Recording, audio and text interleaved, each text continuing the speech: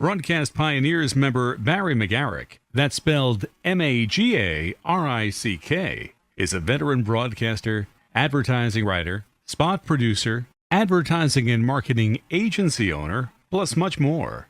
He adds value for his clients, such as Carpet King Norman the Floorman, and that ain't chopped liver. The agency provides services for radio, television, outdoor, and print media. They also plan and purchase media and specialize in media barter.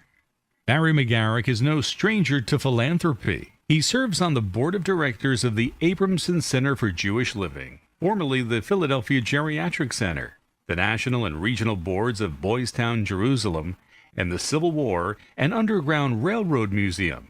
And he's active on several committees of the Union League of Philadelphia. His interests include the Civil War, historic preservation and restoration, magic, and scuba diving. During the mid-70s, he hosted a radio show on WCAU, a CBS radio station, entitled Psychic World. After graduation from college, he spent several years traveling abroad and lived in Israel, where he worked as a writer for El Al Israel Airlines. When he returned to the United States, he worked as communication director for El Al in New York, monitored systems, an aerospace company, and as promotions director for WPHL-TV Channel 17. He graduated Temple University with a degree in communications. He's married to Rochelle, and they have a son, Joshua. The Magaricks live in an 1836 historically certified Center City townhouse and are avid collectors of American and European antiques, playing cards, and art. Please join us in welcoming Barry Magarick to the Broadcast Pioneers Hall of Fame. Well, I had to pay off someone to get the hell up here. Might as well be Jerry Wilkinson. So, you're going to love this speech, each and every one of you, I promise you, because it will be brief. Jerry said 3 minutes or under. I listened. I came in tonight and looked around at the first part of the evening, and it was so moving to see so many people who have touched my life over the years I have been in this wonderful business. People who I've known 30, 40 years ago, and people I've only newbies in my life. I've only known them 15 or 20 years. Especially enjoyed saying hello to Lou Klein. And I'm about the 8th person, I guess, to mention Lou. I think Lou has affected the lives of an incredibly high percentage of Philadelphians who have gone on to success in radio and television. I know Lou taught me lessons that I remember to this day. Hi, Lou and Janet.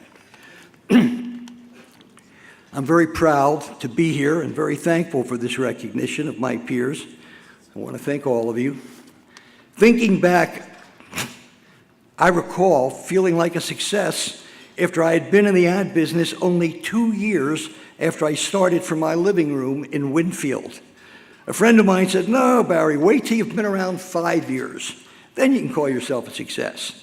Well, I surpassed that goal by almost 50 years. You know, I always loved broadcasting. Ever since I was a regular on the Horn and Harder Children's Hour, WCAU, TV, and radio. As a young child, I remember climbing up onto our sofa to get a closer look at that wooden box from which came people actually talking, acting, reporting news, and playing music. Radio seemed like magic. Words and music coming over the air. Well, call me sentimental, but after all these years, it still seems like magic. And I can't begin to think of a more wonderful way to spend my life than in radio and TV. Now, those of you who know me for a while and who had the pleasure of negotiating with calm, easygoing Barry Magarick sometimes thought of me as being difficult. No, I wasn't difficult. I was friggin' impossible. And you know why? Because I always looked at my clients' money as if it were my money. And I guess I still do that. When I learned of this honor, I called a friend and former client, Jerry Robbins, for whom I produced all of the rock and roll commercials that many of you grew up on, and said, "Hey, Jerry, I got a few minutes to speak. Any ideas? I don't want to make it serious. I want to be, just friendly." And Jerry said, "Well, do you mind kidding about your Tourette's syndrome?" I said, "No. You go like this. Everybody knows it's Tourette's. It's part of my life. I do it all the time." So it never bothered me. So I thought maybe a good idea would be to have a jingle. And the first thing that came to mind, though, was there's a whole lot of shaking going on.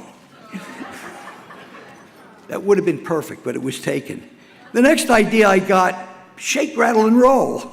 That didn't work either. Speaking of Tourette's, by the way, the person who should really be up here getting this recognition tonight is my dentist, Frank Matarazzo. Do you folks have the slightest clue of what it's like for a dentist to have me as a patient? "All right, Barry, hold still for a minute. Can you do that? Here comes the Novocaine." Well, all right. Well, one of my favorite Tourette stories occurred when I was in high school and played in a high school poker game. In one version, Chicago, the ace of spade always split the pot and was an automatic winner. Well, every time I got that ace, you guessed it, big twitch and a big fat smile. I was a lousy poker player. But that's how I got my high school nickname, Ace Magarick. Bet none of you knew that. Well, I think it's time to shut up and sit down. I want to congratulate my other fellow honorees, and especially my old pal, my man, the Guido with the heater, the boss with the hot sauce. I go way back with Jerry Blavitt. We both worked for Billy and Dolly Banks on WHAT radio. I did jazz and founded Folklore in Philadelphia, the folk music radio show that Gene Shea did so successfully over many years. I did that mellow on one side of the station, and Jerry did Jerry on the other side. Jerry is a Philadelphia fixture and deserves tonight. I also want to thank my advertising VP and sidekick, someone who's put up with me for over 16 years and refuses to let me slow down, Rita Estelon. Thanks very much, Rita. You are loved and appreciated. Again, to all of you, many thanks. And as Jimmy Durante, for those of you who still remember him, used to say, "Good night, Mrs. Calabash, wherever you are."